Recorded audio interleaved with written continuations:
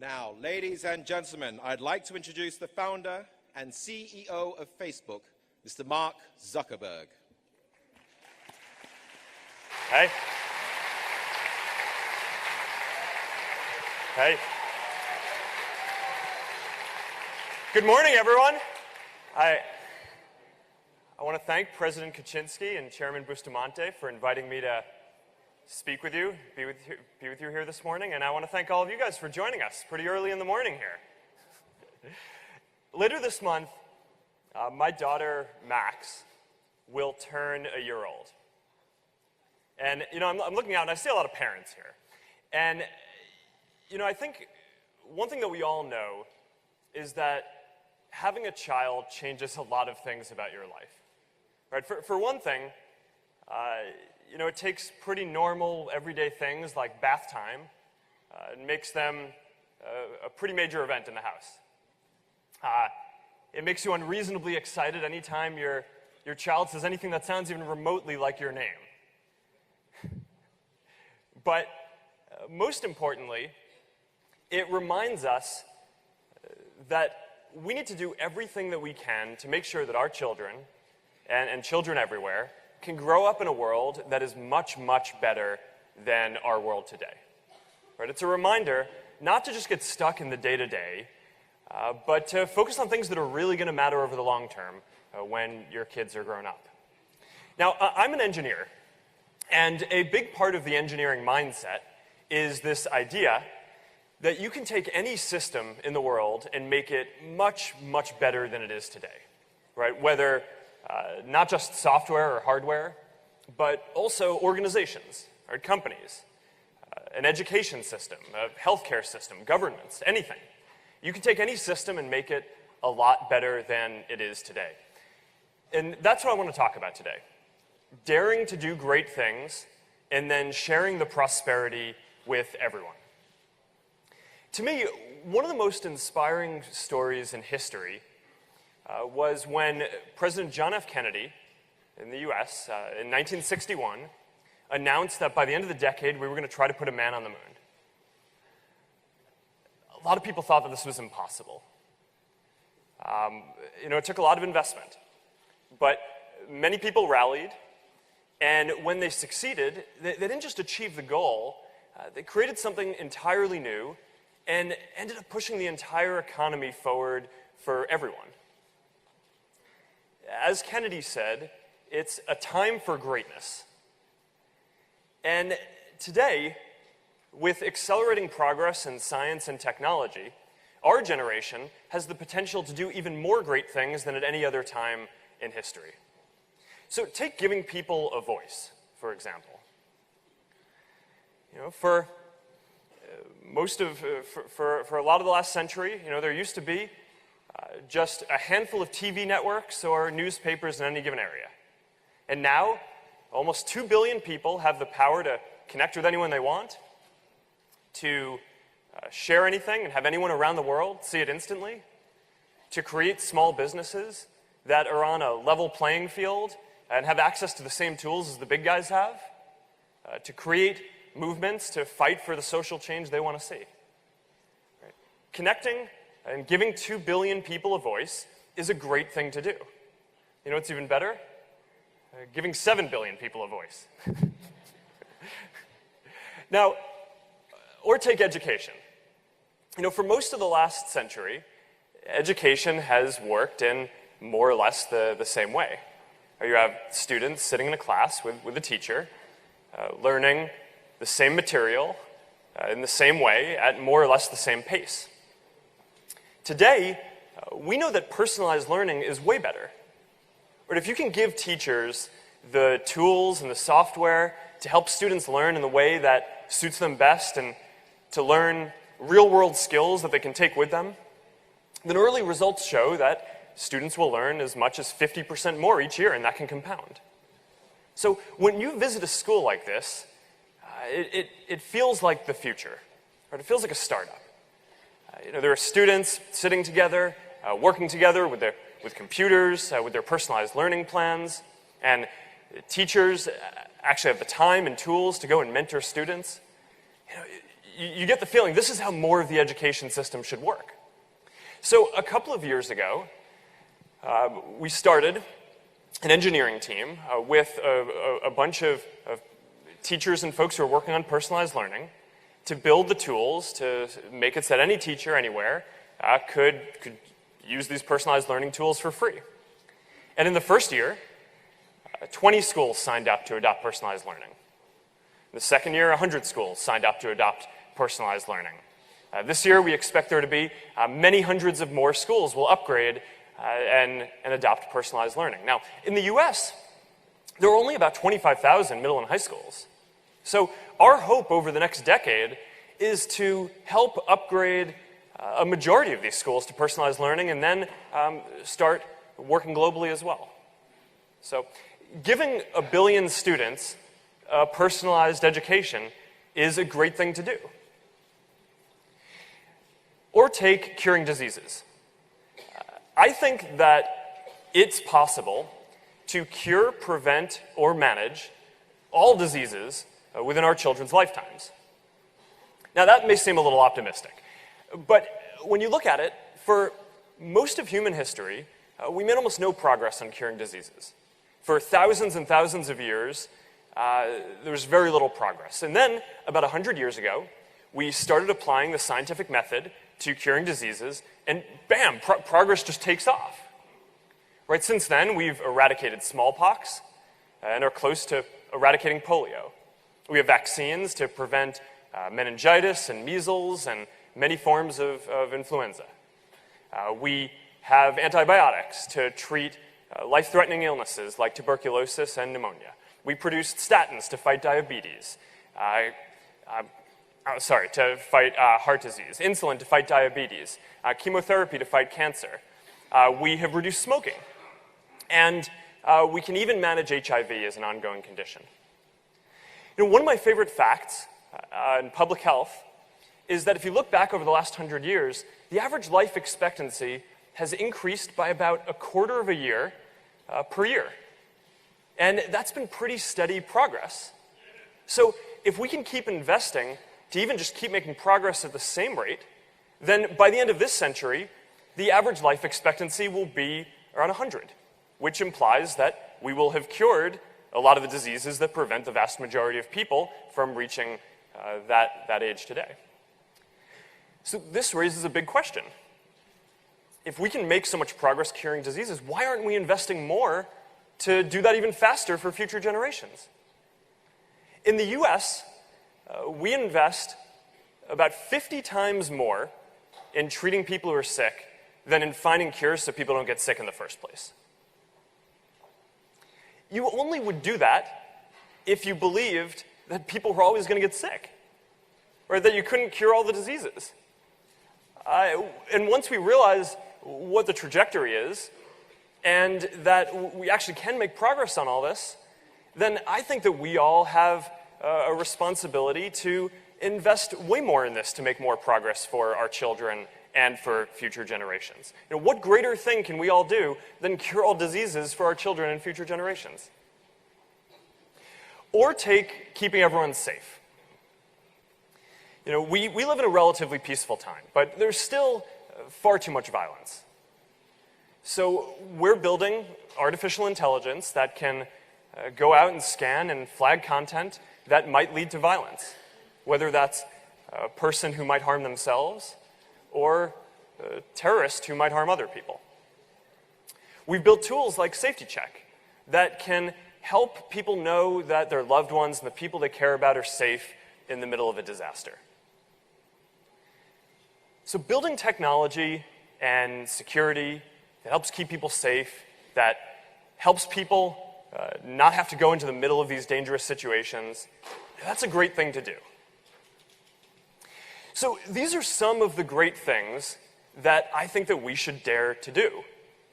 Now, I'm optimistic about all this, but as an engineer, I'm also realistic about how hard it's going to be. We can work to give people a voice, but we also need to do our part to stop the spread of hate and violence and misinformation. We can build artificial intelligence to fight terrorism, but we also need to make sure that we protect people's privacy. And we can invest a lot more in curing all diseases for the future generations, but we need to understand what those trade-offs are for us today. But our generation can achieve all these things. And that starts with working on the one that ties all of them together, which is connectivity. In order to do all of these things, we first need to connect people. Connecting people means a few different things. It means compassion, helping people, helping to bring people together and realize that for all these things, we're all in them together. It means ideas, helping us learn faster and get exposure to people and cultures all over the world. And it means opportunity, opening everything the world has to offer to each and every one of us.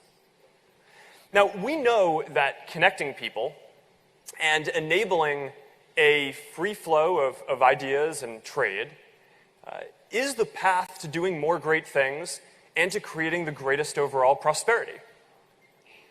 But as we're learning this year, in election after election, even as globalization might grow the overall pie of prosperity, it also creates inequality. It helps some people, and it hurts others. And we can't afford to leave anyone behind.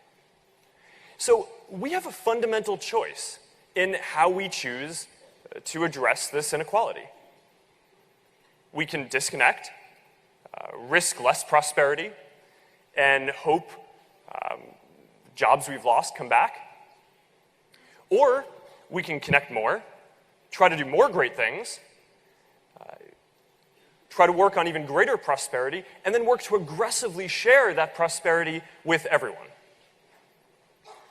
Now, look, I don't think that there's any question that the second path is better, but we need to acknowledge that it's also a lot harder.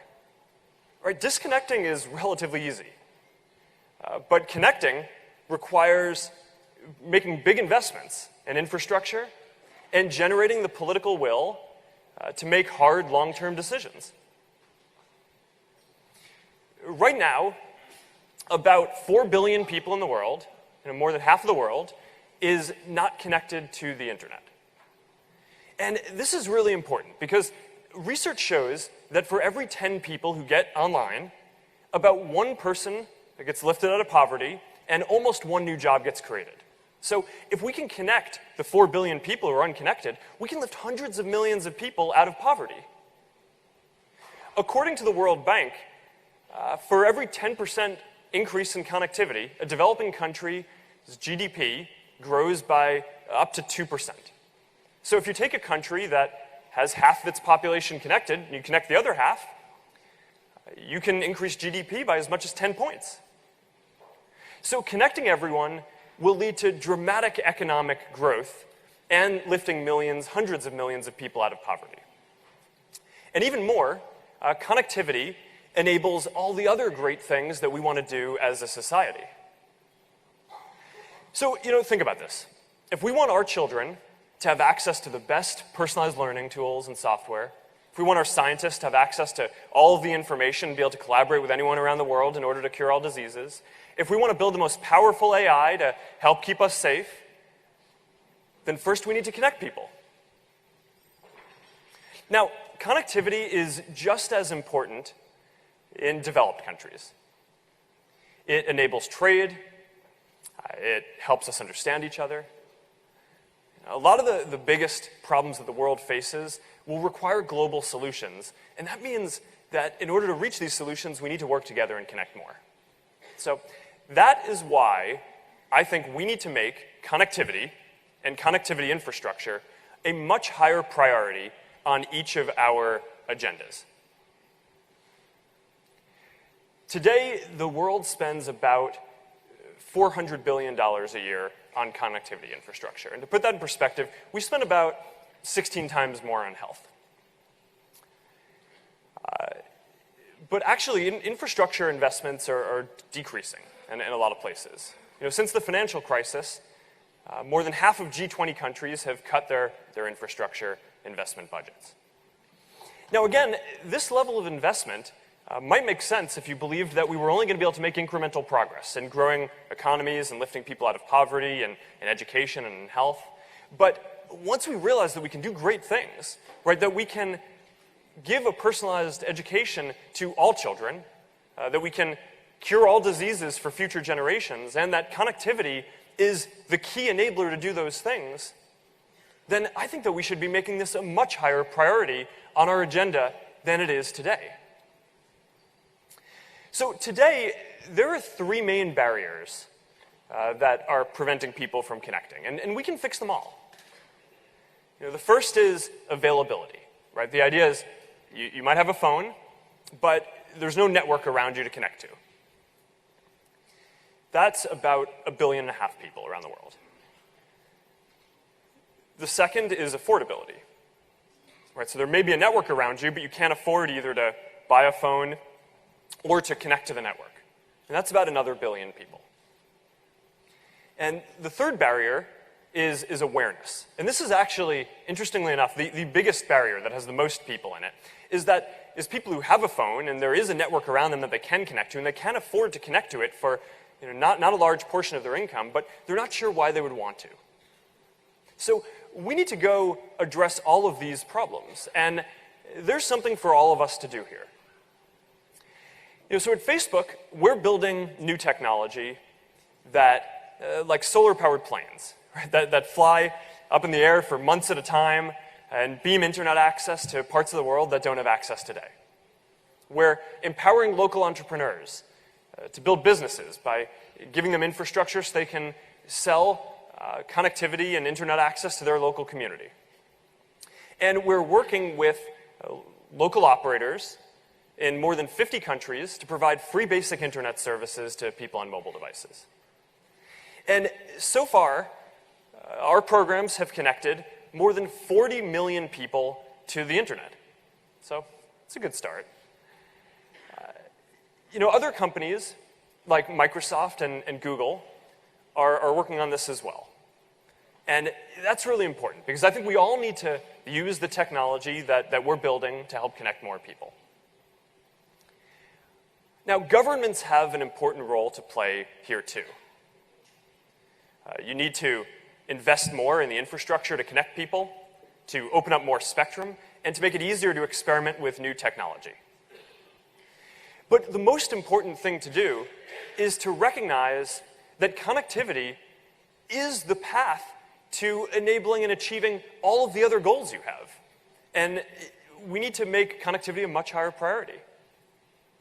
So that's why I'm going to be asking all of the leaders that I meet with here to sign on to the Connectivity Declaration that we announced last year at the United Nations, to make connectivity a higher priority and to pledge to help connect more of their people to the internet.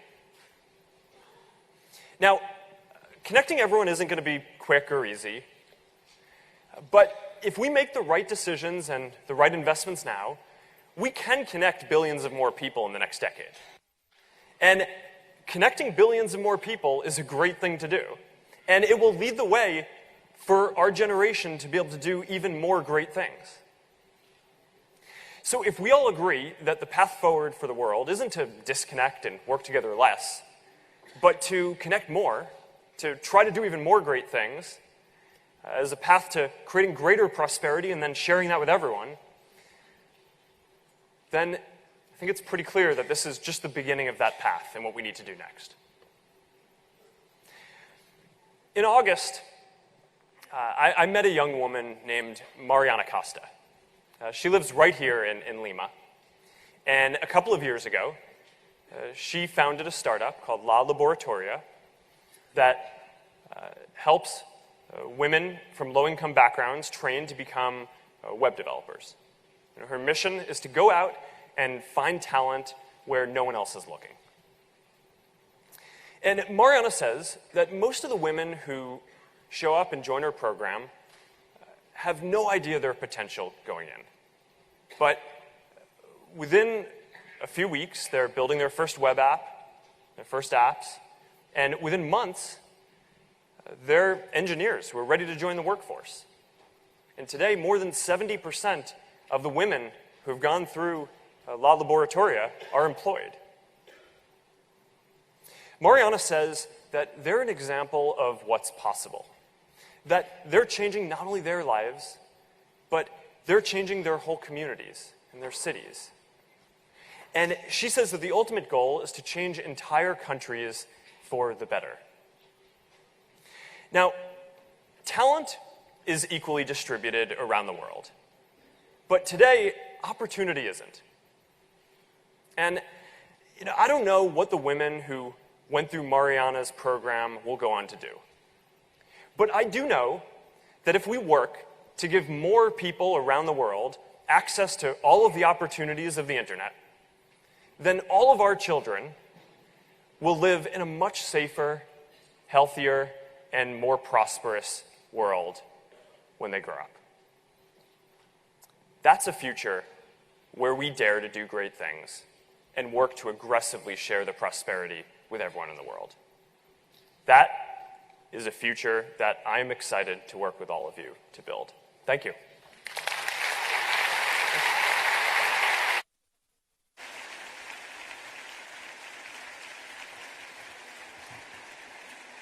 Ladies and gentlemen, please another round of applause for Mr. Mark Zuckerberg, the founder and CEO of Facebook. Now that address went out live on Mark Zuckerberg's Facebook page. And we're told from the Menlo Park, California headquarters that it will be watched by over 2 million people around the world. So we have 1,000 people here in this room today, but over 2 million people have seen Mark Zuckerberg's address here in Lima, Peru. Now that's connecting people. We're going to take a very short couple of minutes to reset the stage for our next special speaker. Please stay in your